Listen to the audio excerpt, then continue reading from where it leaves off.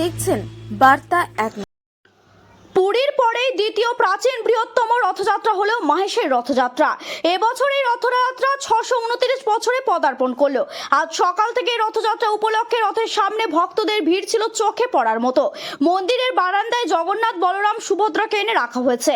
সকাল থেকে চলছে পুজো। জিটি রোডের রাজপথ ধরে জগন্নাথ বলরাম সুভদ্রা যাবেন মাসির বাড়ির উদ্দেশ্যে। প্রায় 1.5 কিলোমিটার পথ অতিক্রম করে বিকেল 4টে নাগাদ রথে চড়বেন প্রভু। মাসির বাড়ির উদ্দেশ্যে রওনা দেবেন।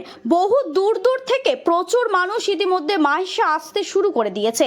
শ্রীরামপুর থেকে রাজেশ দেবনাথের রিপোর্ট, বার্তা এক নজর।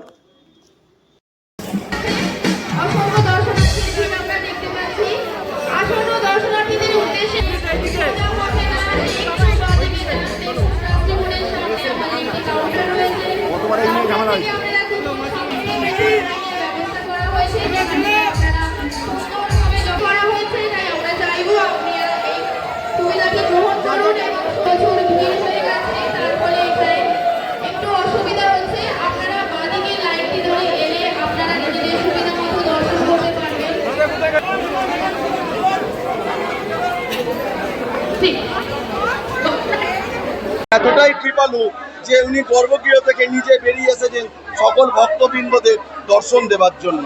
এবং দুপুর 2টোর সময় আমাদের শুভ সূচনা হবে। যেমন সত্যযুগে নারায়ণ, তেতায় রামচন্দ্র, দাপরে কৃষ্ণ, কলিতে উনি জগন্নাথ, উনি যুগে যুগে অবতীর্ণ হয়ে আছেন।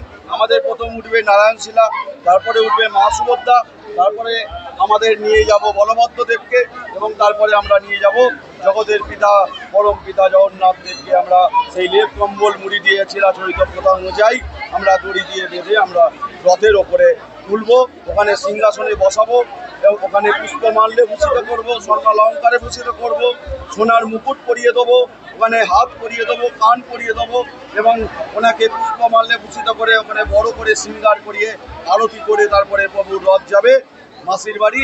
ওখানে জন্মবেদী আছে মাসির বাড়িতে, সেই জন্মবেদীতে ওখানে মহাপ্রভুকে অধিষ্ঠান করাবো। মহাপ্রভুর জন্য যে ভোগ নিবেদন করা হয়, আজকে তো অনেক ভোগ রান্না হয়েছে, কি কি হলো? আমাদের কথিত আছে খিচুড়ি, অন্ন, পায়েস, এই 3 নিয়ে মায়েস।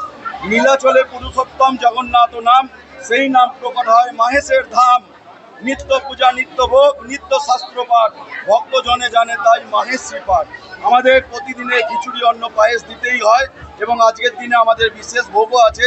পোলাও হচ্ছে, ধোকা হচ্ছে, পনির হচ্ছে, মালপোয়া হচ্ছে, সব রকম ভোগের ব্যবস্থা আছে।